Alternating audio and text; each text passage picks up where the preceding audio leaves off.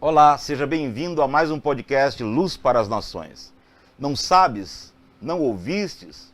O Senhor, o Criador dos céus e da terra, dos confins da terra, ninguém consegue penetrar no seu conhecimento, no seu entendimento.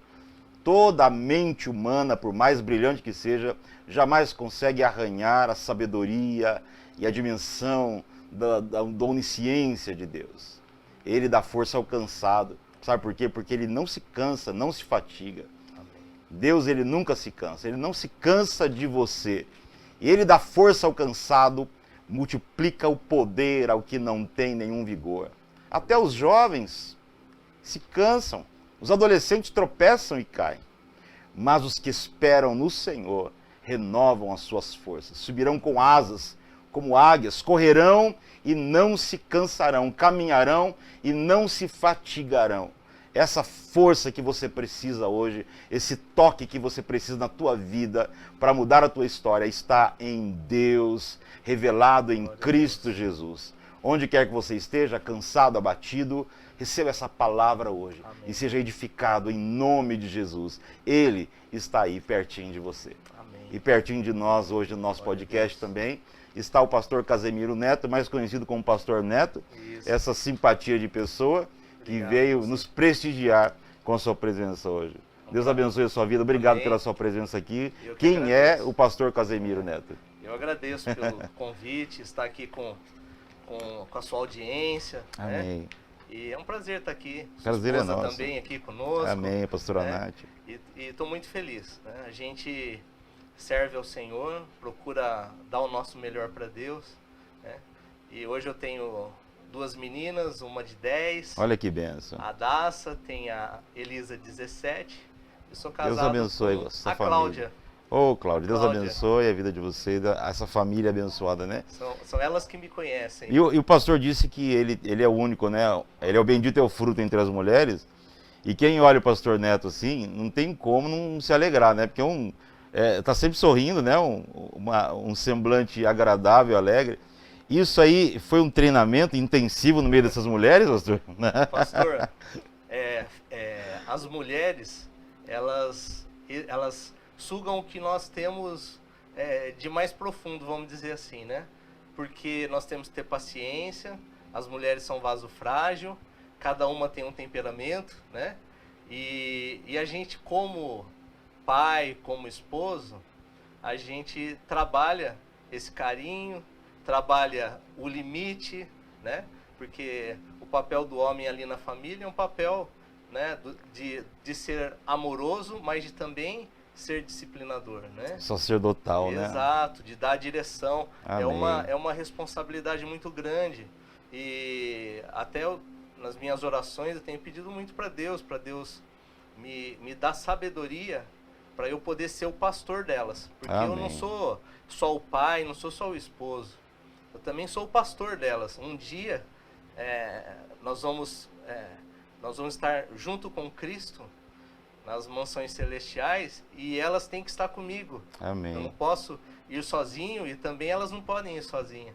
Então, esse exercício do pastoral sobre os filhos, sobre a esposa, é algo muito complexo, né? E às vezes a gente acaba pecando, falhando, por causa do trabalho, por causa do ativismo, né? Às vezes até cuidando demais da igreja. Sim. Né? Infelizmente acontece muito, né, pastor? Sim, acontece. Alguém se envolve tanto na obra do Senhor que esquece a própria família. O senhor sabe, pastor, a gente tocando nesse assunto, quando a gente está falando sobre ministérios, né, pastores, pastoras, né, o que a Bíblia fala? Que nós devemos ser primeiro pastor da nossa casa, e ali nós temos que ter autoridade. Então, para que a gente tenha autoridade para fazer qualquer outro trabalho pastoral, que seja ministerial, missionário, o primeiro local... Primeiro campo missionário em casa. O campo pastoral é a nossa casa. Amém. Né? Porque às vezes a gente quer ter uma igreja grande, às vezes a gente quer ter um ministério grande e acaba perdendo os nossos filhos, né? E eu, ao longo dos anos, tenho alguns anos aí já de ministério pastoral, e fui percebendo que amigos, amigas acabaram perdendo os filhos, né? Por estar se dedicando tanto à igreja, que é, claro, né? A igreja, ela nos consome, né? O zelo pela obra de Deus, ele nos encanta, vamos dizer, ele toma a nossa vida, né? E por vezes a gente acaba deixando a família um pouco de lado. E na verdade é um erro de entendimento, pastor, porque a família também faz parte da igreja, Sim. né? Então, quando falamos de igreja, temos que começar primeiro aqui, né? Primeiro com os filhos, com a esposa, com a família. Sim. O pastor nasceu em um lar evangélico, não? Não, eu nasci num lar católico, né? Meus pais eram católicos. Bauru?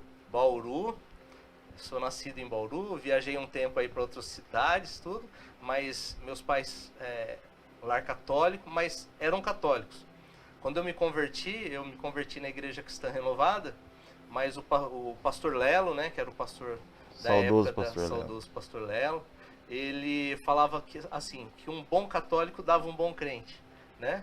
Então meus pais sempre foram envolvidos em grupos de noivos, né, de formação de noivos, de formação de casais. Eu vivi como criança vendo meu pai fazendo lembrancinhas para os casais, né? Então eu cresci nesse meio da igreja católica, vamos dizer assim, né? Mas num determinado momento, e a gente chega ali, quem sabe nós temos aqui, às vezes adolescentes ou jovens nos ouvindo, nos vendo, nós entramos numa crise, né? Então na minha adolescência eu entrei numa crise. Naquela crise que você... o que a gente está falando de família. Muitas vezes o pai trabalhando, a mãe trabalhando, você se sente sozinho. Automaticamente a adolescência já provoca uma mudança biológica, preparando para a maturidade, né? E eu fui atleta de judô um bom tempo, né? Dei legal. aula um bom tempo, disputei vários campeonatos aqui pela nossa cidade, por Bauru. Fui morar em São Paulo, fiquei 2 anos em São Paulo, só treinando para as Olimpíadas de 84 da época. Olha, né? Que benção. Na área do judô.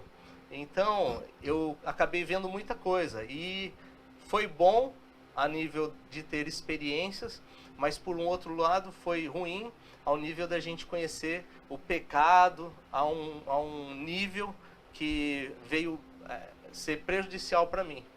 E nisso eu voltei para Bauru. O pastor foi sozinho para... Fui sozinho, Que morei idade 2 pastor anos. tinha, Tinha 16 anos. É um perigo, na verdade, por quê? Porque, às vezes, quando o adolescente está perto dos pais, ele tem uma certa limitação. Sim. Porque os pais estão ali, não dá para ir muito longe. Sim. E o que acontece, geralmente, em cidades universitárias, como é o caso de Bauru, que muitos jovens vêm de fora, né? Morar em república, e o mundo se descortina diante deles, né? E é muito importante o trabalho evangélico na infância, porque coloca alguns freios, né? Mesmo estando fora, coloca alguns freios, né? Com certeza. Eu já quando eu estava no 3º colegial, eu fui convidado, fui para a igreja, mas acabei não ficando, né? A gente tem outros interesses muitas vezes, né? Outras coisas puxando. Pensava na namoradinha, na paquerinha, e você ia para a igreja. Mas o que acontece? Depois, quando veio esse vazio existencial, foi quando retornei para Bauru, continuei, mas passei por problemas, muito a nível emocional naquela época, né? O que todo jovem passa também. E foi onde eu fui morar em Londrina, trabalhar em Londrina. Tive uma desilusão amorosa em Bauru.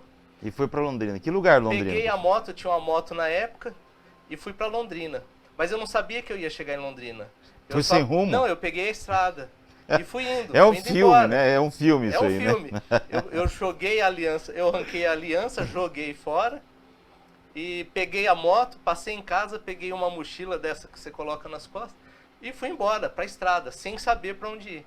Quando eu fui chegar perto do Paraná, que eu fui perceber onde eu estava. Que coisa. Para reabastecer a moto lá na época, né? Daí eu fui parar em Londrina, que lembrei que tinha um amigo lá. E acabei ficando ali em Londrina uns 6 meses, depois fui para Curitiba. E foi onde eu vi, porque eu sempre fui temente a Deus. Né? Como disse para o senhor, um bom católico dá um bom crente, né? Eu sempre falava com Deus, apesar de todos os pecados, as dificuldades, a consciência, né, a minha consciência estava falando com Deus. E eu trabalhava com vendas e eu falava para Deus todo dia, eu vou sair hoje e eu preciso vender, o senhor precisa me ajudar. E todo dia eu saía e Deus me abençoava, né? E conforme os desafios eram lançados para mim, eu lançava isso para Deus também. E eu não era crente, nada disso, convertido, nem ia na igreja.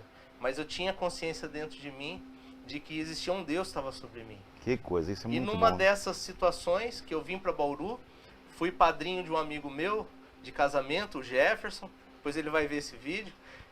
Fui padrinho de casamento porque ele também se converteu. Nós éramos de um grupo, pastor, aqui em Bauru, de 15, 16, 20 pessoas que saíamos juntos. Saíamos para a noite, né? E nos convertemos também, a grande maioria se converteu. Olha que mesmo, na mesma época ou não? Na mesma época, mais ou menos, mas todos não se juntos? Juntos. Na mesma ocasião? Na mesma igreja, um foi levando o outro, que foi benção. levando o outro. Olha e fomos que para a época para Cristã Renovada. Certo. E o Jefferson foi o primeiro a casar e eu vim ser padrinho dele. E voltando de madrugada para Londrina, passando ali perto do rio que faz a divisa do estado de São Paulo com Londrina, Deus falou comigo claramente. Falou, o seu tempo já deu nesse lugar. Mas falou claramente. E eu, a gente não tinha temor, não tinha, assim... Entendimento, né? Entendimento. Falei, mas espera aí, olha Deus, será que é o diabo que está falando comigo? Porque eu estava muito bem onde eu estava. Eu era gerente onde eu estava. Tinha um bom salário, né? E eu estava bem. Voltando, tinha alugado o carro, tudo. Então, eu estava bem, não tinha por que retornar a Bauru. E foi nisso que Deus falou comigo. E eu falei, Deus, se eu chegar lá em Londrina e eu tiver um teste, se eu tiver algo que me fale que realmente é a tua voz, eu volto para Bauru. E realmente cheguei em Londrina e eu tive esse sinal de Deus lá, junto com um gerente meu, que hoje é presbítero também. Que benção. E eu cheguei e falei para o meu gerente, eu estou voltando para Bauru. Mas por que você vai voltar? Eu estou voltando para Bauru. Não falei que Deus falou comigo, porque eu não tinha esse entendimento.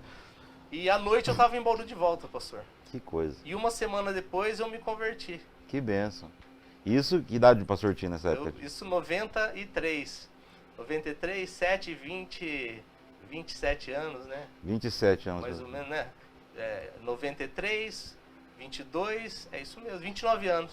Aí se converteu, ficou na igreja. Na igreja Cristã Renovada. E nesse processo, pastor, da conversão, quanto tempo demorou para o pastor entender que Deus estava chamando para o ministério? Como se deu o chamado? Pastor, eu tenho uma característica que ela é uma qualidade, mas às vezes é um defeito. Quando eu me lanço, eu realmente me lanço. E quando eu me converti, eu realmente me converti. Né? Como eu falei, pastor, eu era lutador de judô, eu era professor, eu acabei me afastando, as namoradas, os envolvimentos que a gente tinha, acabamos nos afastando, né? E eu realmente fui para a igreja, depois de um tempo ali, coisa de 3 meses, já me batizei. E eu lembro que eu me converti em julho, mas em janeiro eu já era líder de jovens. Então foi uma coisa muito rápida. Eu sempre fui de me lançar muito nas coisas, sabe? De me envolver. Imagino que o pastor já tinha esse perfil de liderança, então. Já tinha o perfil já tinha. Aí Deus foi usando isso aí e a gente foi sofrendo, né? Porque a gente se converte, não sabe direito como são as coisas. Mas eu lembro que uma coisa que eu sempre fiz, pastor, desde que eu me converti, era buscar resposta para as dificuldades na palavra de Deus, né? Até é bom você que está aqui, ó, nos ouvindo, uma das melhores formas que tem de buscar as respostas para as nossas dificuldades, nossos problemas, está na palavra de Deus. Busca em Deus. E era uma prática que eu tinha, né? Da minha forma, claro, eu ia lá e buscava uma resposta de Deus. E Deus sempre me respondia. Que benção. Com isso eu fui lendo a Bíblia, li a Bíblia inteira, e aí você vai se envolvendo, né? Eu lembro que eu me converti em 93, em 96 para 97, eu já estava indo para o seminário, para a faculdade teológica, para a faculdade Batista. Batista, aqui em Bauru? Aqui em Bauru mesmo. Amém. E já estava envolvido na igreja, então foi essa caminhada. E eu passei ali 7 anos junto com o grupo de jovens. Uma boa parte do tempo à frente, outra parte outras pessoas, mas sempre envolvida com jovens. Que o meu ministério começou com jovens. Abrindo um parênteses aqui, pastor, o pastor consegue perceber alguma diferença do trabalho dos jovens hoje com o trabalho dos jovens daquela época? O tipo de comprometimento dos jovens daquela época com hoje? Sim, é bem diferente, né? Porque naquela época que eu me converti, em 93, só para o senhor ter noção, foi ali em 95 para 96, eu fui ter o primeiro celular, que era o tijolão, né? Sim. Tijolão, né? E eu, naquela época, tinha por causa de trabalho. Então não era Não era uma era necessidade. acessível. Não, a gente falava no orelhão, a gente... a moda naquela época era os pagers, que você mandava o recadinho pelos sim. pagers, né? Enfim, E era difícil, né, ter acesso quem também, tinha né? empresas, né? Médico, né? Então não tinha. Como que a gente fazia? A gente ia de manhã para a escola dominical e saía para evangelizar depois do almoço e à noite estava no culto para entregar panfletinho, né? Entregar panfletinho, o boletim semanal da igreja para as pessoas que estavam chegando. Então nossa vida era essa. Hoje, o jovem adolescente já é uma outra geração, né? Que está muito envolvida com o digital. Uma outra linguagem. Exato, exato. O evangelismo até hoje é diferente. Antigamente a gente fazia evangelismo pegando o panfletinho e levando para as pessoas. Jesus te ama, Jesus te ama. Exato. Hoje a gente não vê mais isso, esse tipo de trabalho. Hoje a gente vê um evangelismo ali por grupos de WhatsApp, pelo Instagram, né, usando muita mídia social, né? E a gente percebe que esse contato humano, porque antigamente nós tínhamos muito isso, o contato humano. E é né? interessante, pastor, na verdade, sim. O que é surpreendente é porque esse contato humano sempre foi necessário até 30 anos atrás. Sim. A humanidade sempre foi gregária, né? Sim. Sempre foi corpo a corpo, né? E eu não sei se o evangelho funciona meio virtual, assim, né? Sim. Se a gente não perde um pouco dessa característica Perdeu, né? de corpo, né? Uhum. Que parece que as coisas vão ficando meio plásticas, né? Não muito... Os relacionamentos, você tem lá 5 mil amigos no Facebook, Sim. mas a palavra amigo não corresponde àquilo, Não, né? se você precisar de R$50, você vai ter muita dificuldade para Se você conseguir. precisar de um ombro para chorar, você não tem, né? Muito difícil. Então, tipo assim, o significado da palavra amigo já não é mais, né? E outras palavras também que perderam com essa nova geração. Eu sou né? da época, pastor Josué, que o culto acabava, mas a gente ficava no Não culto. acabava, né? Não acabava. O culto acabava, a gente ficava no culto, conversando e Ia se sabendo do arrastando. problema. Não, e a gente também sentava lá assim, peraí, eu vou sentar, vou orar com você. A gente ficava nos bancos orando depois que o culto acabou. Era a comunhão, né? A comunhão. Então hoje, eu falo até por mim mesmo, né? A gente acaba o culto, você acaba não tendo esse mesmo tipo de comunhão, né? Exato.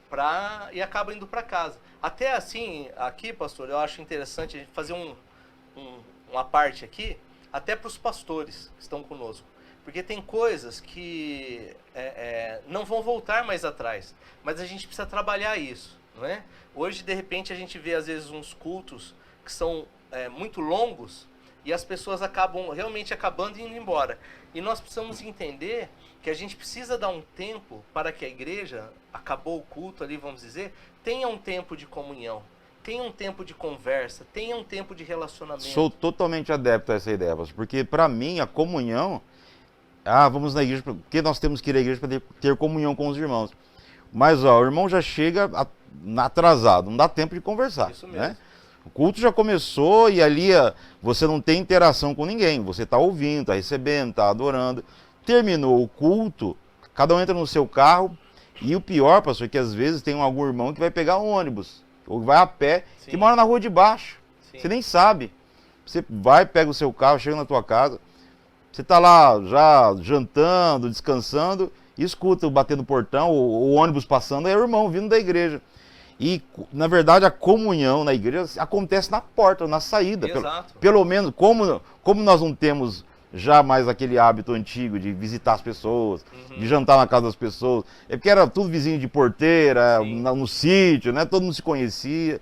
A vida na cidade mudou completamente isso. A atividade, o trabalho, sai 6 da manhã, chega 8 da noite em casa, não tem tempo para nada mais. Mas na porta da igreja, eu acho que a comunhão começa ali. Eu acho que toda a igreja devia ter lá pelo menos um cafezinho no final, para os irmãos ficarem ali conversando às vezes o pastor já vai lá, já apaga a luz, porque ele está cansado, né? Já desliga, ô diácono, desliga lá, e o pessoal já... Tem uns que insistem, vão conversando lá no estacionamento, pro lado de fora da igreja, é a igreja apagada já. Deixa o pessoal até o final, enquanto tiver alguém ali, alguém está precisando daquela comunhão. Porque aquele tempo de comunhão é o que vai edificar as pessoas. Eu fui para a igreja por causa de um amigo. Eu fui para a igreja por causa de um casamento. Então as pessoas se achegam a Cristo, se achegam a uma igreja que seja, ou por causa de um relacionamento, ou com um amigo, com uma amiga, ou por causa de uma crise, de um problema. E seja em um ou seja no outro, vai encontrar a gente. comunhão vai ser necessária para que essa pessoa se fortaleça. Porque, veja bem, por que o apóstolo Paulo se fortaleceu na época? Porque ele tinha um Barnabé junto com ele, ele tinha uma pessoa que cuidava dele, que ouvia ele, né? E que, entre aspas, estava avalizando ele ali. Né? Exatamente. Então nós precisamos ser os Barnabés na vida Amém. de Paulos, né? Amém. E precisamos gerar esse tipo de comunhão, né? A igreja precisa entender isso, porque a palavra é boa, necessária. A adoração é importante e necessária, mas a comunhão também é importante e necessária. Às vezes as pessoas vão para a igreja, às vezes só um abraço, né, pastor? Com certeza. Um abraço já cura, já ajuda, já levanta. Mas às vezes a pessoa participa da reunião, às vezes é uma bênção. Porque às vezes a palavra não é para todo mundo, né? Com certeza. A pessoa está com uma necessidade específica ali e ela entra e sai do mesmo jeito que entrou. E, puxa, a pessoa está escapando sem um abraço, sem um toque, né? Com certeza. É muito importante Nós essa comunhão. tínhamos, quando eu estava à frente de igreja, todo domingo a gente tomava café da manhã juntos. Olha que maravilha, isso é A bem. gente tinha estudo da palavra, né? Mas a gente tomava café da manhã junto. Um levava uma coisa, outro levava outra. A gente sempre tinha um básico, né? E cada um levava alguma coisa. E a gente sentava, conversava, tomava café da manhã juntos e depois ia para ler a palavra, né? Então, essa comunhão é importantíssima. É muito. É terapêutica, né? Com certeza. E cura, faz né? parte. A igreja começou assim, Sim, né? sim. No partir do pão. Nem como partir o pão se o irmão não está aqui, né? Ele está aqui, a gente parte o pão aqui, né? Exato. E o chamado para o ministério, como aconteceu? Então, pastor, aí eu fiz a faculdade de teologia, né? Mas como eu sempre fui assim uma pessoa que me envolvia muito nas coisas, né? Eu tive algumas dificuldades, né? Às vezes tenho até hoje, né? Por me lançar muito em certas coisas, né? E de repente a gente, naquela época até falava alguma coisa a mais que devia não agradar as pessoas, né? Mas o meu chamado pastoral foi depois terminando a faculdade, né? Eu era pentecostal fazendo uma faculdade tradicional, né? Então aprendi muito com eles e tenho muitos amigos, né? É muito importante essa. Muito importante. Esses dois, quando essas duas doses se unem, realmente é uma combinação muito boa para o evangelho. Muito boa. E eu fui depois para uma igreja, fui consagrado a pastor na igreja e Deus me tirou dessa igreja e eu fiquei um ano descansando no Senhor. Tive um ano sabático. Porque é assim, pastor, eu sempre que eu entrei em uma igreja, eu sempre saí pela porta da frente. Amém. E é importante você que está aqui, ó, nos ouvindo, né? Eu não sei, você pode até sair de uma igreja e ir para uma outra igreja. Isso não tem nada de errado. Mas o importante é que você saia pela porta da frente, saia com a bênção de quem está ali, mesmo você estando errado ou mesmo você estando certo. Não importa, pastor. Entendeu? Então, a porta que eu entrei, eu saía sempre pela porta da frente. Sempre sentei e conversei. Isso é muito importante. Isso foi bom para mim. E eu fiz um ano sabático, por quê? Porque se eu saísse da igreja que eu estava e abrisse uma outra igreja... Podia gerar uma crise, pessoas iriam atrás. E por onde eu fui, pastor, eu tinha amigos. Os pastores, toda a igreja que eu estive, o pastor era meu amigo. Então, essa amizade, esse relacionamento... Gerar uma credibilidade para... Né? Mesmo se a gente tivesse alguma divergência, né? Mas isso manteve a nossa amizade. Até hoje, todos os pastores que eu passei por uma outra igreja são meus amigos. Até hoje, a gente senta junto, nós estamos juntos, temos uma comunhão. Amém. Né? E dali foi onde eu comecei. Eu acho que uma parte muito difícil aí, pastor, desculpa cortar, que às vezes você não concorda com alguém, teologicamente, ou a visão, e falta com respeito com a pessoa. Sim. Aí já fica difícil caminhar junto, né? Mas você pode discordar e mesmo assim manter o respeito, né? Sim. Pela pessoa. Pode não concordar com a ideia dela, sim, mas claro. Respeitar a pessoa, né? Claro, porque é nosso irmão em Cristo. Amém. Um dia nós vamos de mão dadas estar com Jesus. Amém, não é verdade? Como que eu posso amar a Deus, falar que eu amo a Deus, mas não amo o meu próximo que está do meu lado? É verdade. Então, não tem nexo isso. Amém. Aí, depois que eu tive um tempo sabático, eu comecei a fazer estudo bíblico, que eu era muito voltado à área da estudo da palavra. E aí algumas pessoas começaram a se chegar, e montamos uma igreja, ficamos com ela 6 anos. E graças a Deus, nesses 6 anos, pudemos cumprir o propósito que Deus tinha ali. E as pessoas que estavam lá estão engajadas já em outras igrejas, que na época a gente já foi encaixando para não se perder, né? Amém.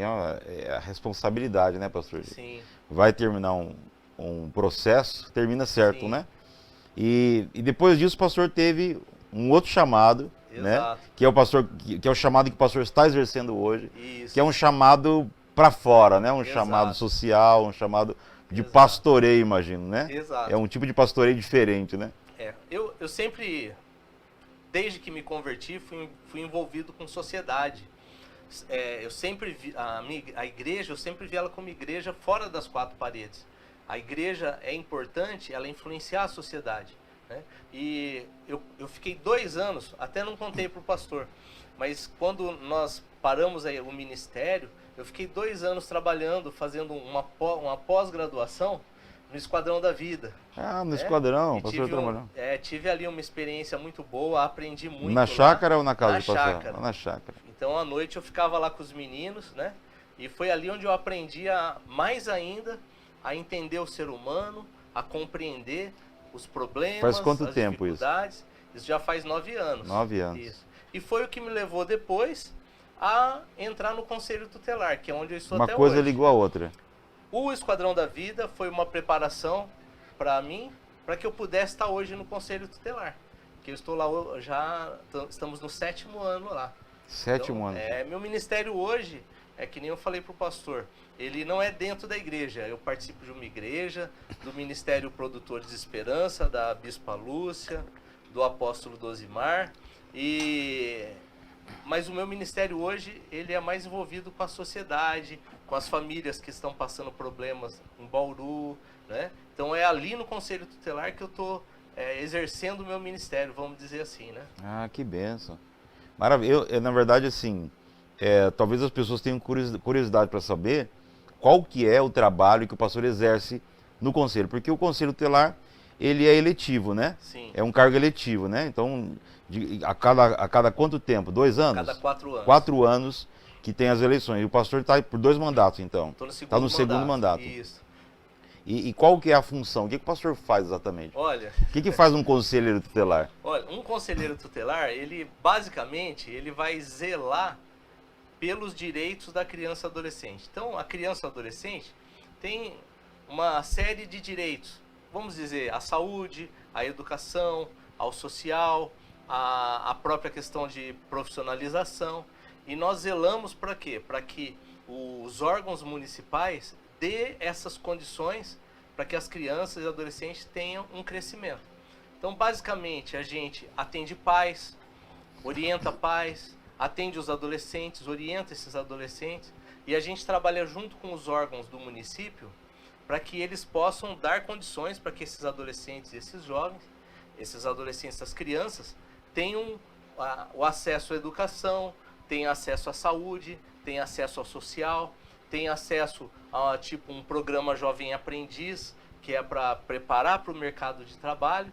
Então a gente trabalha diariamente, faz plantão semanalmente, né? A gente fiscaliza entidades, se envolve com eventos na cidade, né? Então a gente procura também propor para a prefeita, hoje a prefeita, né? Onde investir o dinheiro nessa área. Porque nós sabemos onde são os problemas.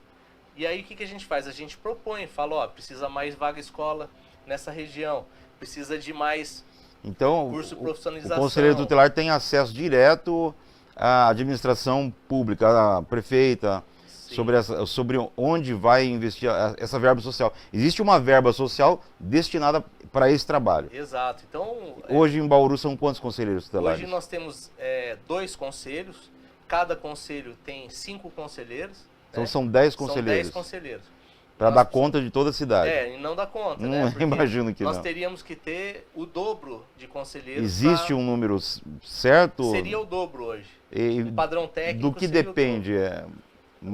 Depende de que haja dentro do setor público um investimento nisso, né? E nós estamos trabalhando nisso, para que aumente o número de conselheiros, né? Porque às vezes as pessoas podem pensar assim, puxa, mas já tem 10 tá bom. Mas se eu tiver 15, se eu tiver 20, nós vamos ter mais pessoas zelando pelo cuidado com as crianças.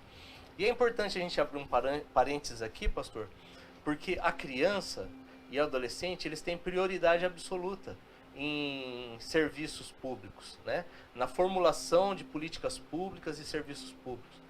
Porque a criança, como uma pequena árvore, uma mudinha, se ela for crescendo e não tiver cuidados, ela vai se quebrar, vai crescer toda torta.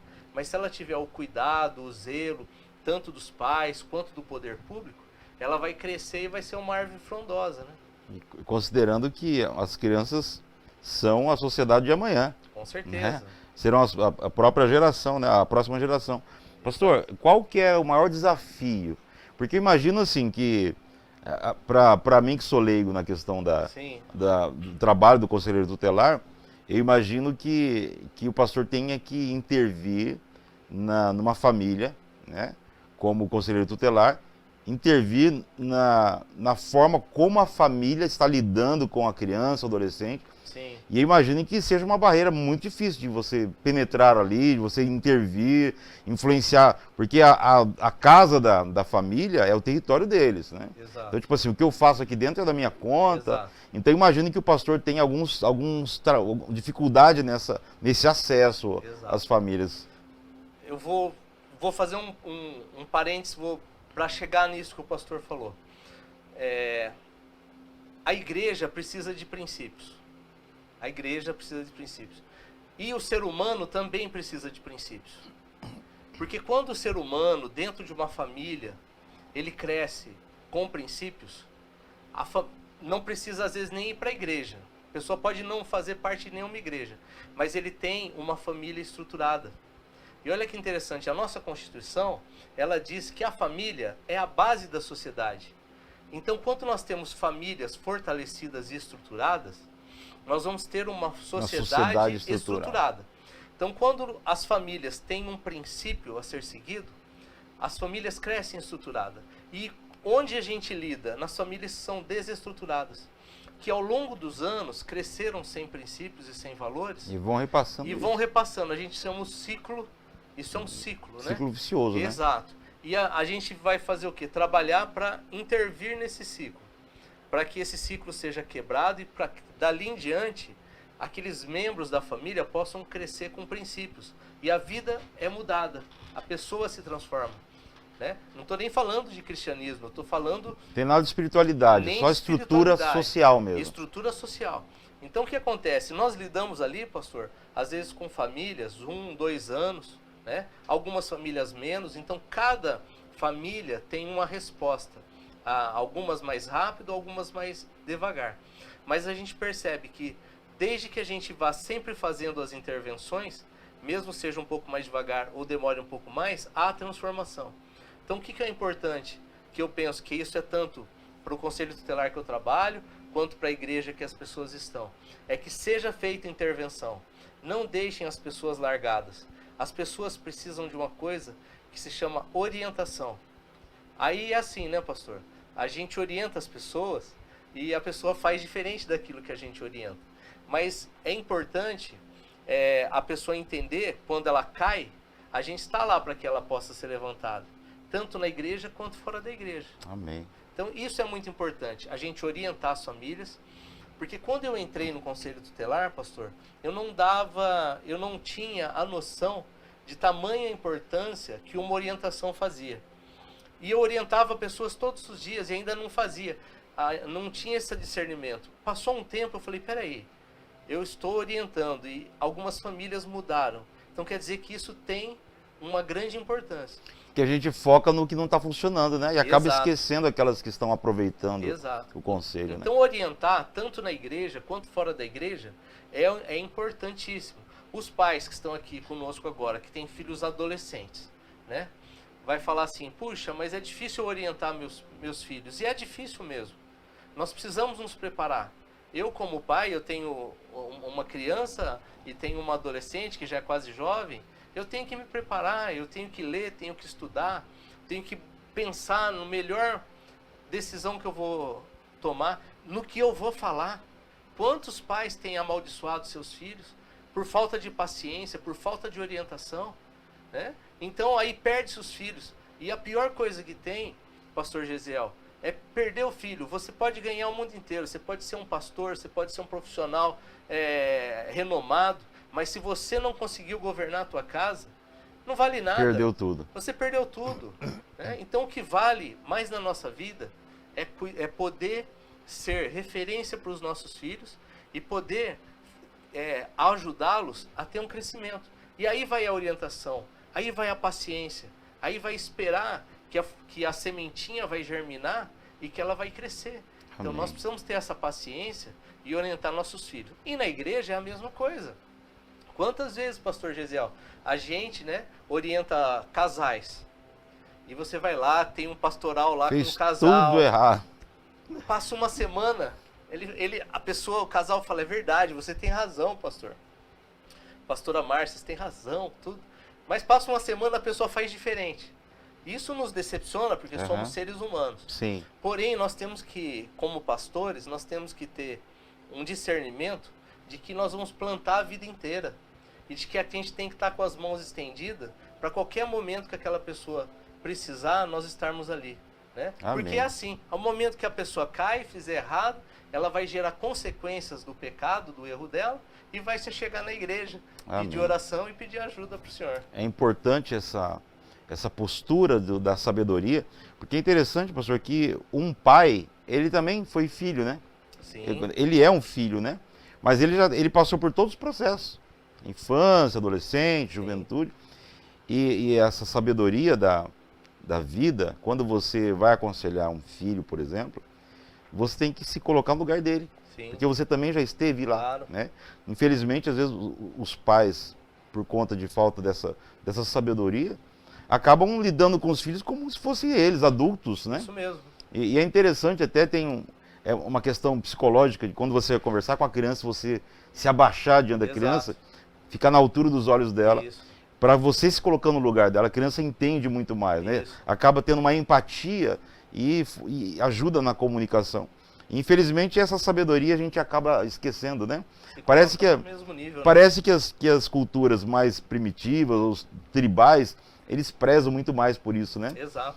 Não é incomum eu como leio bastante sobre povos indígenas, como eles não têm televisão, a televisão é o mais velho, é o ancião. Sim. Né? Todas as crianças se sentam, e os jovens e os homens assentam-se ao redor do mais velho, e ali ele vai contando as histórias, popular, passando, né, as informações, né? E a gente perde muito isso, sobretudo nessa sociedade agora. Exato. E as crianças são educadas eletronicamente, colocam na frente da televisão, né? Porque eu tenho coisa importante para fazer. E é isso. E a conta chega, né, pastor? A conta chega. A conta vem e a gente não consegue pagar. E é cara. Não consegue pagar. Porque né? perdeu-se o tempo. Uma coisa, pastor Gesiel, é certa.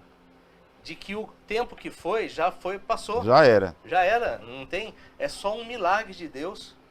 É só um milagre de Deus para que a gente possa retomar relacionamentos. Pastor, Deus tem falado muito no meu coração sobre os filhos como flechas na mão do valente. Sim. Infelizmente, quando a gente vem para o Senhor, muitos que se converteram depois, e até mesmo que nasceram na igreja com falta de sabedoria, quando começa a aprender alguma coisa, entende que o pai é o flecheiro e os filhos são as flechas na mão do valente, ele percebe que jogou flecha para a direção errada. Exato. E aí a flecha, depois que ela vai, não está mais no seu poder. Você jogou, ela foi, você não pode mais fazer nada. Mas talvez você seja alguém aí que esteja pensando, puxa vida, eu joguei flecha para o lugar errado. Sim. Meu filho está indo para o lugar errado por causa da minha flechada. Mas que a graça de Deus se manifeste na sua vida, na vida do seu filho, corrigindo o curso dessa flecha para o alvo certo, pela graça do Senhor. E vai acontecer. Amém. Em nome de Jesus, toma essa palavra como palavra profética sobre a sua vida. Porque amém? Perder filhos é uma coisa muito sofrida. Muito né? terrível. A gente, às vezes não, vai se culpar onde eu errei, né? Alguns têm condição de pedir perdão, têm condições de restabelecer relacionamentos, mas outros não têm, né, pastor?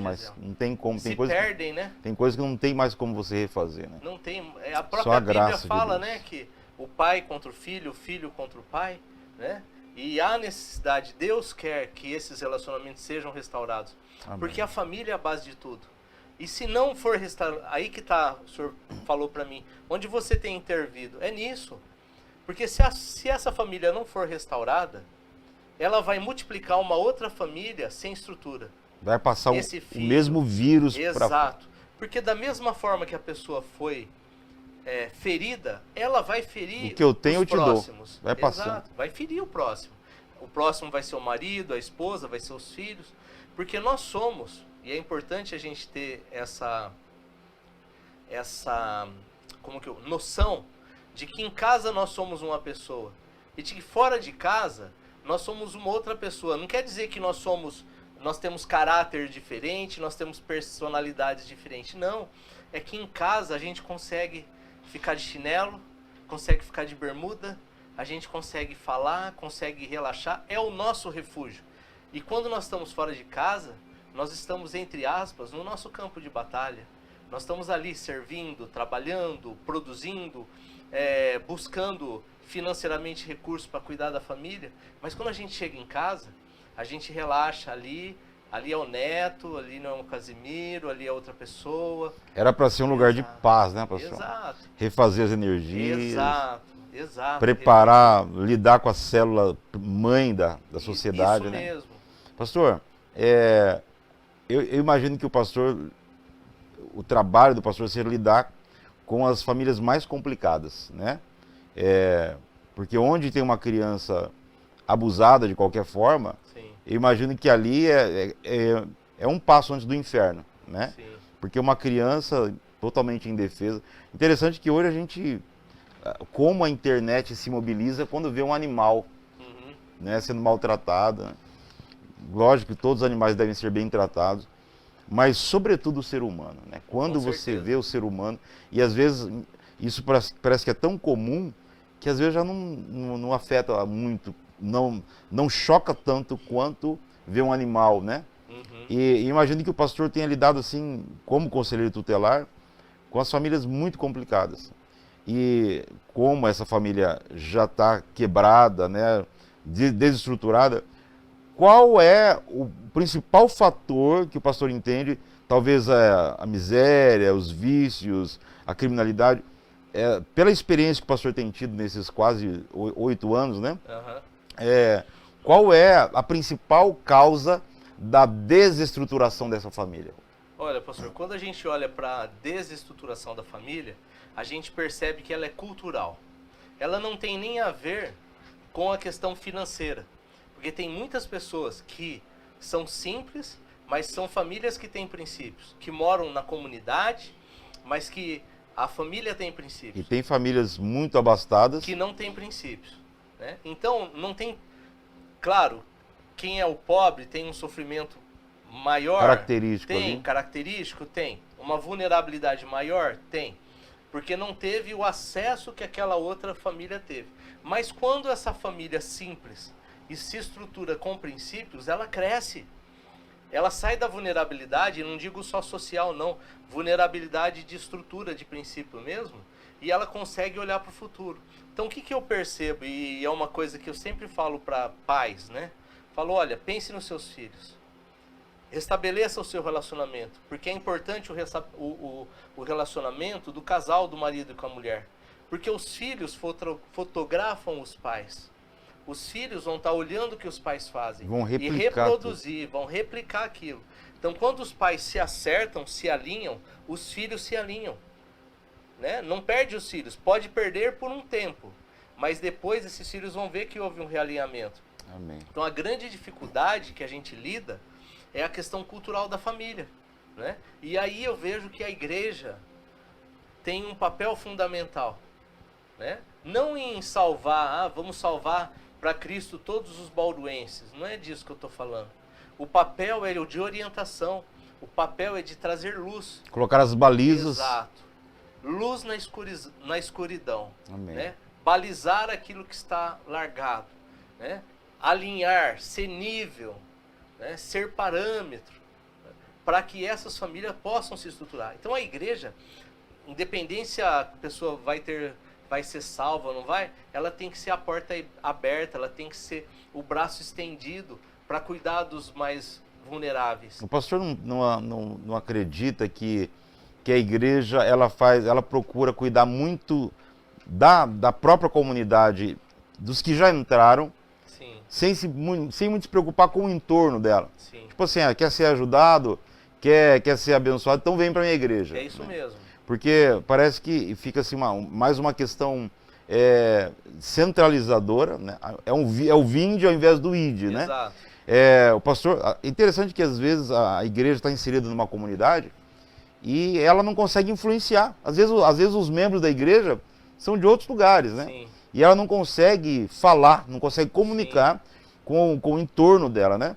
O pastor acredita que a igreja deve exercer uma missão mais social, embora espiritual, mas também social no entorno. Com certeza. Porque a igreja, quando nós olhamos para a igreja, e o propósito da igreja foi de trazer a restauração, de restaurar o relacionamento do homem com Deus. Porque Deus nunca perdeu o relacionamento conosco, mas nós perdemos o relacionamento com Deus. E quando Cristo vem e institui a igreja, não como uma instituição, porque hoje a igreja é uma instituição e deve e precisa ser, né?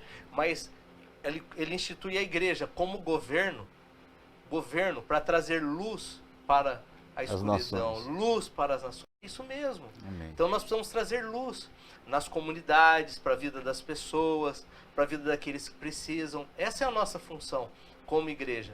E quando a gente olha assim, pastor, a gente percebe, eu percebo, tá? Que ao longo eu vou colocar desde que eu me converti, mas quase 30 anos, que a igreja teve um crescimento nisso. A igreja brasileira. Ela teve um crescimento nisso. Porque a igreja brasileira, ela é celeiro de missões para o mundo. Amém. Isso já é profético, né? Nós estamos em Bauru. Bauru também é celeiro de missões. Tanto que nós temos tantos missionários em Bauru, colocados em outros países, no Brasil mesmo, em localidades como o Sertão, verdade, que tem tanta necessidade. Porém, nós precisamos enxergar e olhar que o nosso sertão também está aqui na cidade. A nossa cidade precisa ser influenciada, precisa ser restaurada. Então eu vejo que já houve um amadurecimento nisso. Amém. Mas nós podemos crescer muito mais.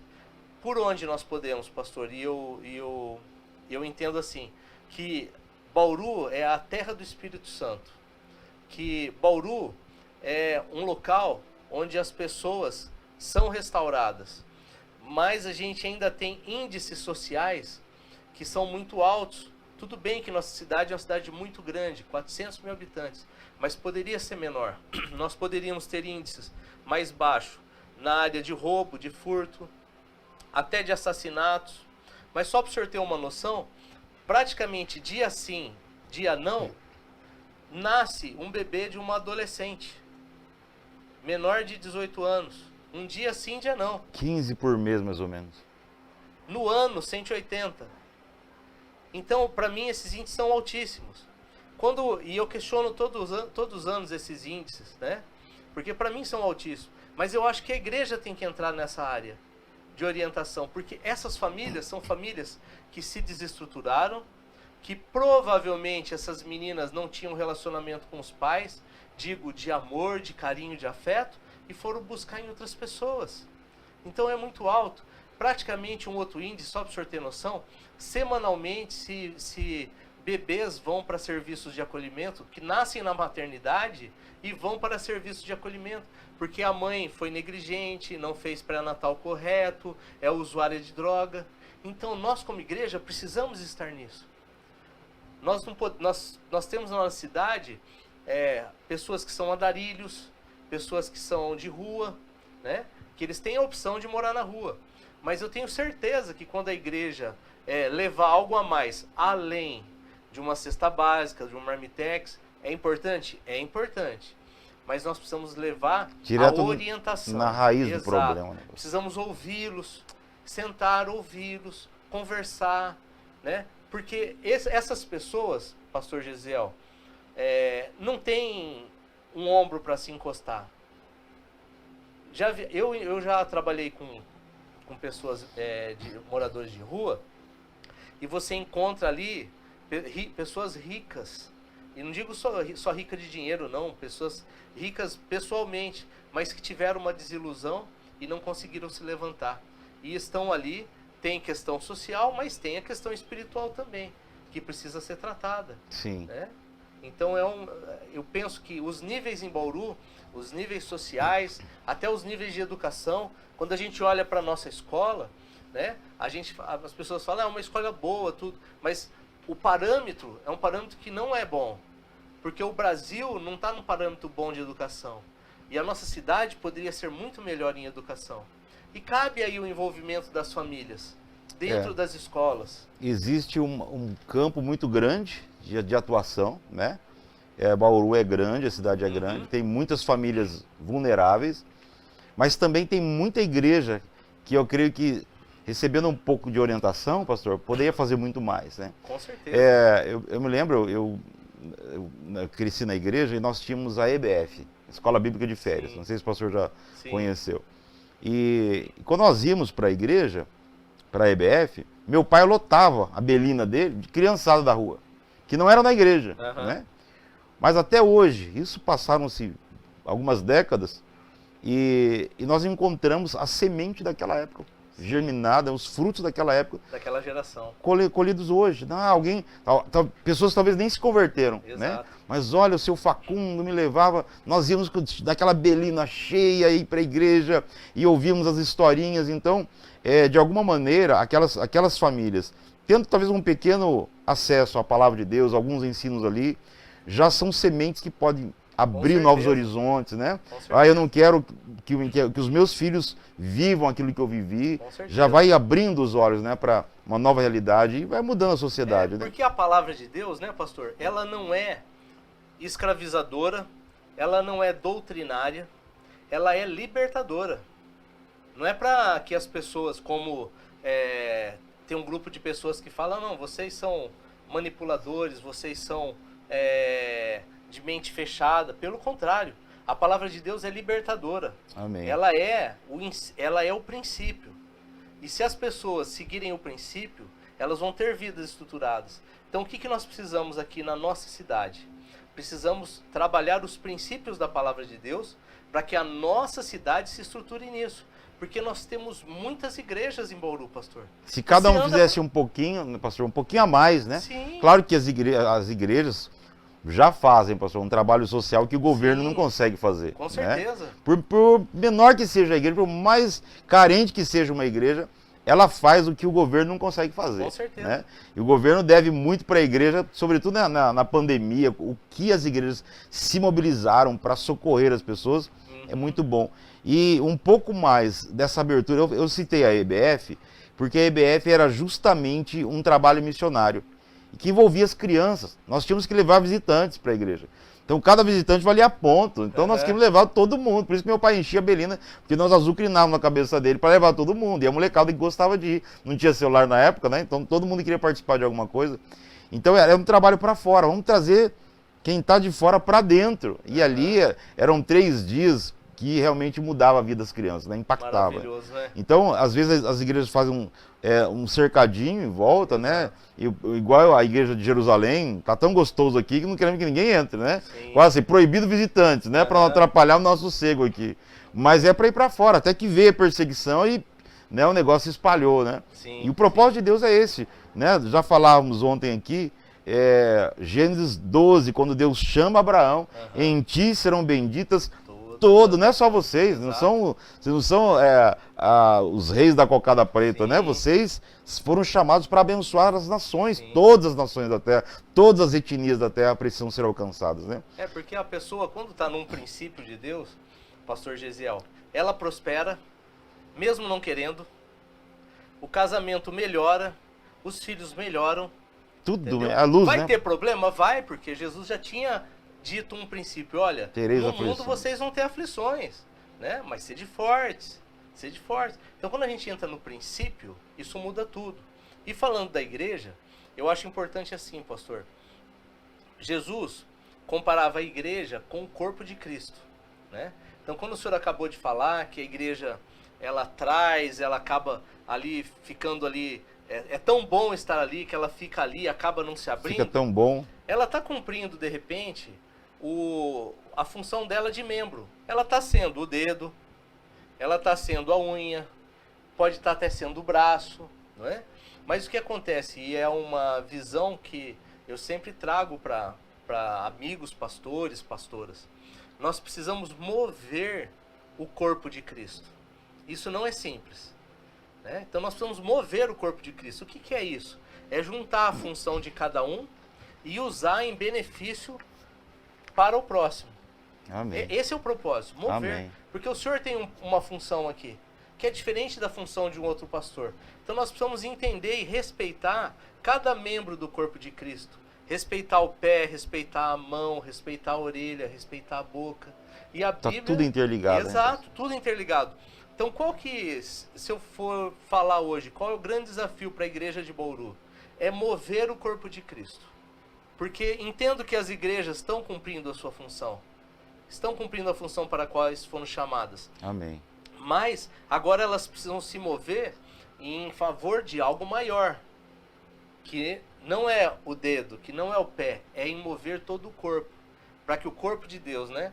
O corpo de Cristo, para que ele, as juntas, as medulas, elas sejam todas organizadas, que caminhem, porque Deus fez tudo perfeito. Amém. Deus fez tudo perfeito. Amém. Então, o grande desafio para a igreja bauruense, eu creio que seja mover o corpo de Cristo. Porque cada igreja tem feito seu papel, tem feito sua função, né? Alguns têm mais relevância, vamos dizer assim. Estão mais em evidência. Mais em evidência, né?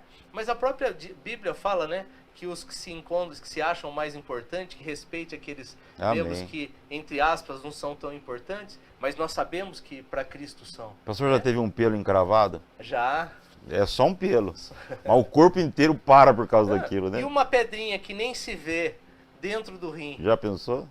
Então tudo é importante no reino de Deus. Com certeza. Pastor, fosse essa a oportunidade de suas últimas palavras, Sim. o que o pastor diria para a igreja? Sim. Eu diria assim para a igreja, que a igreja entenda o seu valor principal, que é a sua função, mas entenda que faz parte de um corpo, né? É uma grande dificuldade que a gente se mova no corpo. É difícil, porque muitas vezes, pastor Gesiel, a gente tem que se inutilizar para que um outro apareça. Por exemplo, estamos aqui, nossos pés aqui não têm função hoje. A minha mão está se mexendo, nossas bocas estão em evidência, nossos olhos, né? Mas a gente tem que entender que cada um vai ter o seu momento, né? Amém. E eu separei um versículo aqui, olha, Amém. que está em Mateus, capítulo 22, versículo 37. É muito conhecido, mas é muito profundo. E Jesus respondeu: ame o Senhor, o seu Deus, de todo o seu coração. Amém. E de toda a tua alma, e de todo o teu entendimento. Esse é o primeiro mandamento. E o segundo é semelhante a esse: ame ao seu próximo como a si mesmo. Amém. Então, igreja, nós precisamos amar o nosso próximo como a nós mesmos. O nosso próximo pode ser a nossa família, que com certeza é, pode ser a pessoa que trabalha conosco, pode ser um mendigo, pode ser a prostituta, pode ser a lésbica, pode ser o homossexual. Esse é o nosso próximo, é quem está próximo de nós. Amém. Então nós precisamos amar a Deus com todo o nosso entendimento, mas semelhantemente nós precisamos amar ao nosso próximo.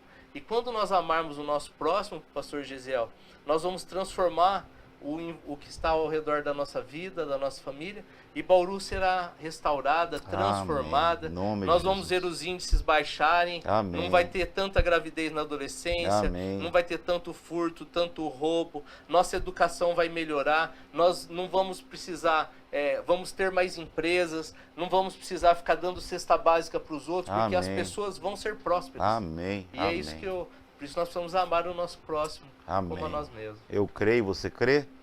Jesus disse que nós seríamos conhecidos, não é pelo prédio enorme, nós seríamos conhecidos não pela vestimenta, não seríamos conhecidos nem por carregar a Bíblia, nós seríamos conhecidos pelo amor, se nós amarmos uns aos outros.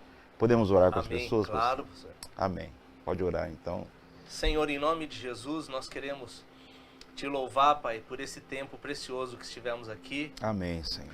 Porque nós aqui fomos edificados. É verdade. E nós oramos para que o Senhor edifique Amém, as sim. pessoas que estejam vendo ou ouvindo Amém. esse podcast, Pai. Sim, Senhor. Não importa o número de pessoas, Senhor, mas Amém. aquelas que o Senhor escolheu, Pai, aquelas que foram chamadas, Amém. para que o Senhor possa fazer uma obra na vida dessas pessoas. Sim, Jesus. Que alguma palavra que nós dissemos aqui, Pai, venha edificar essa pessoa que está aí, Pai. Amém. Que Bauru seja transformada, Pai amado. Que os Em índices nome sociais de na Jesus. cidade sejam transformados, Em Senhor. nome de E Jesus. que essa terra seja mais próspera ainda, Senhor. Amém. E o governo da tua igreja se estabeleça na nossa cidade, Pai. Amém. Abençoa pastor Gesiel, Amém. pastora Márcia, Pai amado. Amém, Que esse Senhor. trabalho deles possam crescer e dar frutos ainda mais, Senhor. Amém, É assim Senhor. que eu oro, no nome de Jesus. Em nome de Jesus. Amém. Que Deus abençoe a sua vida. Amém. Muito obrigado por nos acompanhar. Se você não é inscrito nesse canal, se inscreva. É só um clique aí, ó. Se inscreva. Pode também ativar os sininhos de notificações. Assim, cada vídeo que sair aqui, você será o primeiro a ser informado. Que Deus abençoe. Pastor Neto, Amém, amém. muito obrigado Eu pelo que seu agradeço. carinho. Um abraço a todos. Foi uma aí. bênção ter você aqui, tá? Obrigado. Um abraço para a esposa, para as meninas e que Deus abençoe mais Amém. ainda. Amém? Em nome de Abençoe. Jesus. Amém.